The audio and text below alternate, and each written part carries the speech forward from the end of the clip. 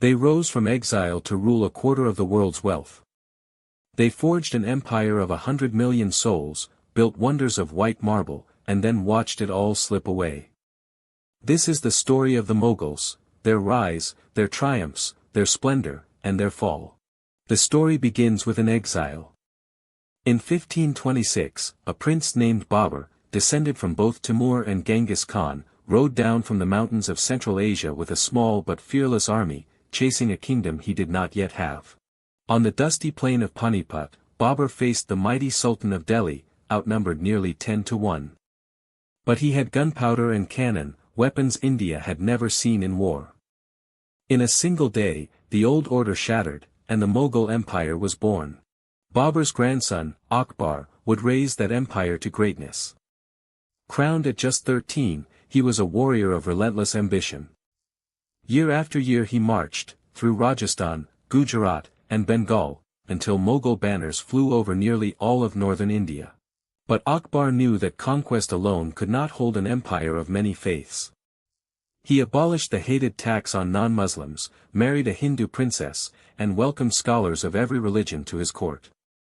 He ruled not just by the sword, but by winning hearts. Under Akbar and his heirs, the empire became the richest on earth.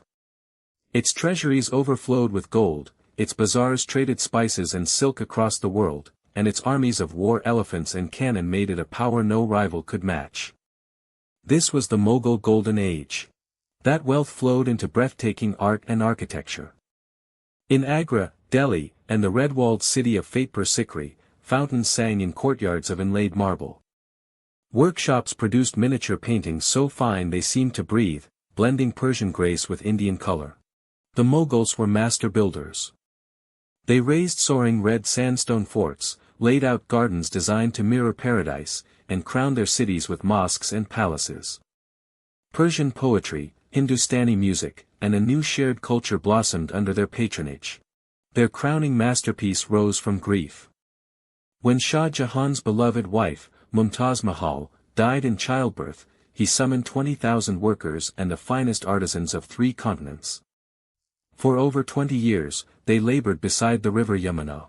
The result was the Taj Mahal, a tomb of pure white marble that glows rose at dawn and silver beneath the moon.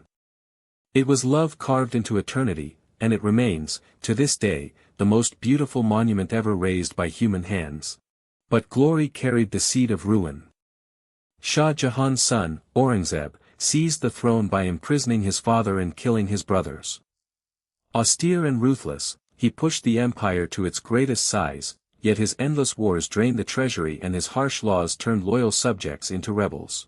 When Aurangzeb died, the empire cracked apart. Governors carved out kingdoms of their own, invaders plundered Delhi, and a distant trading company grew into a conqueror. By the 1850s, the last Mughal emperor was a poet without a throne, exiled by the British, but his dynasty's wonders still take the breath away.